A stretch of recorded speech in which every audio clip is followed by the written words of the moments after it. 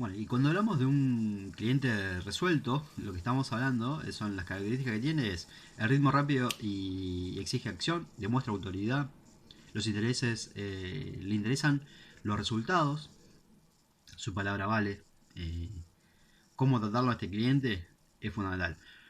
No discutir ni desestimar sus opiniones, simplemente sea específico, expeditivo y rápido. Utilice preguntas cerradas. Cuando hablamos de preguntas cerradas es que pueda responder sí o no. No le demos la libertad de decidir porque ya el resolutivo ya pierde todo. Y transmita firmeza en el tono de voz. Ser firme no quiere decir imponer. Imposición no. Firmeza. O sea, tener lo que digo, lo digo convencido. Ya donde titubeo, ya el resolutivo como que va a perder.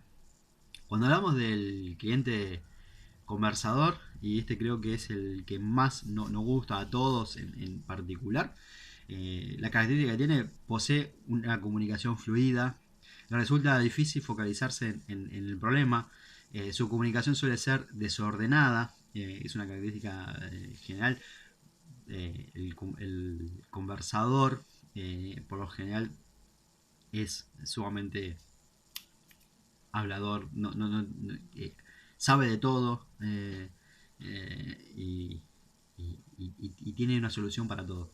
¿Cómo tratarlo? Sea específico, utilice siempre, como volvemos, con preguntas cerradas siempre, para limitar el problema, reformule el motivo de la visita con alguna pregunta cerrada siempre, no se enrede en sus comentarios, trate de ser específico, porque este cliente, como les decía, es sumamente, lo sabe todo. Entonces, evitemos eso. Cuando tenemos un cliente soberbio, sus características, obviamente para distinguirlo, es subestima siempre el interlocutor, quiere hablar con alguien superior, siempre sabe el diagnóstico de su problema. También, cuando quiere hablar con un superior, este cliente siempre va a entrar y va a decir, voy a usar un caso, no voy a dar los nombres, pero no pasa aquí en Chacomú, sino pero seguro que ustedes lo van a entender, sí, se reirán seguramente. Eh, eh, Entra este cliente, llama estoy hablando de gastronomía, llama al mozo y le dice, chiquito, quiero hablar con el encargado. Ya partimos de esa base, o sea, utiliza siempre esas palabras, chiquita, chiquito, eh, pibe, disculpame, quiero hablar, siempre minimizando a la persona que debe atenderlo. Es una característica muy particular, es una palabra muy usada por estas personas. Eh, Cuando le dicen chiquito, chiquita, eh, o disculpame, quiero hablar con el encargado, por lo general, ya sabemos que es un cliente soberbio. Son palabras claves de características fundamentales para detectarlo. O sea, cuando ya arranca así, ya saben, es soberbio. ¿Cómo lo debemos tratar? Demostrar seguridad. No tome las palabras como alusiones propias. Sea agradable. Haga preguntas cerradas. Siempre hablamos de preguntas cerradas. Viendo una solución en forma rápida y eficaz. Y puntualice quién, qué y cuándo. Fundamental. Le cerramos totalmente. Pero siempre va a actuar así. El apático. El cliente apático. La característica es un ritmo muy lento. Suele responder con monosílabos. Es difícil descubrir lo que necesita. Suele quedarse callado. Su tono de voz es poco expresivo. ¿Cómo tratarlo? Buscar abrir la comunicación. No se impaciente, permanezca tranquilo. Haga las preguntas precisas. Confirme que haya comprendido el motivo de la consulta. Siempre es fundamental. El analítico, otro cliente muy característico de lo que solemos ver muy seguido, necesita que le den opciones, tiende a preguntar mucho, necesita información muy objetiva, valora mucho el asesoramiento, cómo tratarlo, sea preciso en la indagación, bríndale opciones concretas, justifique, argumentando todo lo que le diga, no lo presione demasiado, porque le cuesta tomar las decisiones. En este caso, eh, comprométalo para otra visita, si es necesario que lo visite, pero es un cliente muy específico. Hay una publicidad que le dan recordar, Muchos, por ahí los más peques del grupo no lo van a recordar, la publicidad que agarraba el yogur y leía todo, decía, todo bien maestro, o todo bien científico, que lee específicamente todo lo que trae, si trae cada característica de que está elaborado el producto para sentirse confiado a la hora de comprar. Muy bien. Cuando ya tenemos el cliente resuelto, características, está ansioso, tal vez está apurado, los pensamientos de este cliente son desordenados, puede no saber ni va a describir qué es lo que quiere. ¿Cómo tratarlo? Primero trate de calmarlo, fundamental, en lo posible. Intente ayudarlo a que defina lo que está necesitando. Asegúrese que entiende lo que dice, reiterando sus propuestas. En caso de ponerse agresivo este cliente, mantenga distancia con el debido respeto y déjele saber que su función es asesorarlo. Este cliente es muy característico en el sentido de que entra y quiere para ayer las cosas. ¿Se entiende? Es importante que lo tengamos en cuenta. Obviamente que nosotros como vendedores debemos siempre eh, ajustarnos a esos diferentes tipos de clientes, obviamente. Y para ajustarnos a eso debemos hacer una descripción del perfil que tiene el vendedor. El vendedor analítico es el más propenso a tomarse sus tiempos para pensar, prefiere manejar varias opciones para los clientes, es tranquilo, no tiene a ser reactivo. El vendedor controlador es un vendedor muy celoso de su trabajo y sus tiempos, es quien maneja la situación, no le gusta dilatar la entrevista y va al punto concreto del problema. Ese es el vendedor. El vendedor impulsivo es muy sociable, muy centrado en lo que piensa y eh, y también en lo que piensa el cliente. Suele ser muy creativo, dinámico, pero algo inestable en el trato. El vendedor social está acostumbrado a ser un excelente relacionista público, muy predispuesto, atento y preocupado por el cliente. Los aspectos más positivos que puede tener el vendedor social, evidentemente su capacidad de relacionarse con la atención al cliente. Los aspectos negativos que tiene esto del social son las consecuencias directas de estar más focalizado en el relacionamiento que con el cliente, que con el problema que tiene el cliente. Es decir, que en quedar bien pierde foco en la venta en sí. Y aquí tienen una tabla de relacionamiento entre el cliente y el vendedor. El vendedor agresivo, analítico, controlador, social e impulsivo, como lo vimos. Bueno, ahí hay varias descripciones, tanto como cliente como vendedor, que está bueno que lo estudie. Como conclusión, todos como vendedores presentamos rasgos comunes a cada perfil. Debemos adoptar y fortalecer lo positivo y ocultar lo negativo en cada uno de ellos. Muy bien. Tenemos una actividad, ahí tenemos una actividad de aprendizaje. Realícenla. Es una tabla donde los perfiles según la experiencia de su rubro en particular. Estaría bueno que la completen, así después lo discutimos en el aula y además en el classroom de la página del Centro de Formación Profesional. Los roles y funciones. Los roles se diferencian de la funciones básicamente por sus últimas pueden quedar determinadas formalmente como un ejemplo. Un vendedor tipo de cumplir un horario de 9 a 7 y media, de 8 a 1 y después de 5 a 9, o como ahora en la pandemia, de 8 a 1, o de 9 a 1 y de 3 de la tarde a 5, horario corrido directamente hasta las 7 de la tarde, dependiendo de cómo lo evalúe cada comercio. El vendedor debe asumir los roles de asesorar, o sea, un asesoramiento esmerado a los clientes, desarrollar un vínculo, obviamente, explorador de oportunidades de nuestros clientes, uno más del equipo cuando se trabaja en conjunto con otros, planifica para ser más eficiente, analiza para evaluar propuestas y alternativas, flexibilidad para realizar las tareas operativas y administrativas, muchas veces tenemos que hacer las dos tareas, un negociador para solucionar conflictos, solucionamos conflictos. Y cuando volvíamos, ¿se acuerdan cuando yo les decía al principio, la comunicación? Es fundamental la comunicación. El principio de la comunicación, más allá del intercambio, obviamente cuando hablamos de comunicación existe, como hemos visto, emisor, receptor, un canal, un código, un mensaje. Un mensaje mal hecho entre el emisor y el receptor provoca que el receptor reciba mal ese mensaje o, a través de ese canal,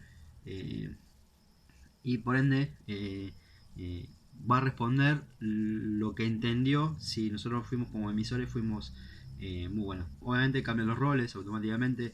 El que empezó a ser emisor se transforma después en receptor, y así sucesivamente el receptor se transforma, o viceversa, el receptor se transforma en emisor.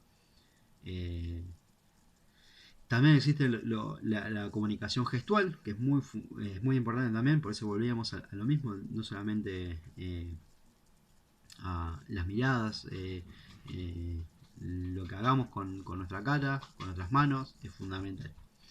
Eh, el proceso de la comunicación, puede haber ruidos internos personales propios de cada uno de los que participa en ese proceso, externos o contextuales propios del lugar, hábitat o ámbito en el cual se encuentran las personas que están comunicando, o bien propios del medio que utiliza para transmitir ese mensaje. Se destaca la importancia de la retroalimentación, o sea, el feedback que haya, para que haya esa comunicación. Mayor interacción clara y eficiente entre los protagonistas del proceso de comunicación, que surja nueva mayor información, lo que ocurre cuando se impone una modalidad unidireccional. Y ahí tienen un esquema de cómo es la comunicación. La comunicación se interrumpe cuando el emisor no es efectivo porque no envía un mensaje correcto, como lo veníamos hablando anteriormente. El mensaje es ambiguo, poco claro o inexistente. El canal o medio es inadecuado. El receptor no responde. En el contexto existen perturbaciones que hacen difícil la correcta recepción de ese mensaje. Las reglas. Solo se puede haber comunicación cuando el receptor tiene la posibilidad de reaccionar al mensaje del emisor, o sea, feedback. Lo verdadero no es lo que el emisor, sino lo que entiende el receptor. O sea, no es que nosotros seamos emisores, sino el mensaje que nosotros vamos a dar. Y cuál va a ser el canal para que el receptor pueda recibir ese mensaje. Recuerden que, para no volver a la escuela, de hecho vamos a ver una placa. En la clase virtual que vamos a tener es el emisor. Imaginen esta situación. Si yo le dijera, bueno, eso va a ser una clase de... Obviamente que ustedes lo que van a entender es muy pocas palabras a relación a lo que yo estoy diciendo. ¿Por qué? Porque yo como emisor estoy emitiendo un mensaje en tono bajo, en tono de voz muy bajo, y además casi inintendible para ustedes. Entonces, obviamente, para que haya un mensaje claro y entendible, debe ser expresado para que el emisor pueda entenderlo. Los errores frecuentes de la comunicación. La comunicación es en un solo sentido. El emisor avasalla al receptor con un río de palabras al no existir la retroalimentación. En este caso sería yo que no tuviera un feedback, ya que es un video. Voy a tener el feedback una vez que ustedes lo puedan ver. ¿Se entiende? Uso de la voz, fundamental. El volumen, la velocidad del hablar, el tono, las palabras que utilicemos a la hora de hablar.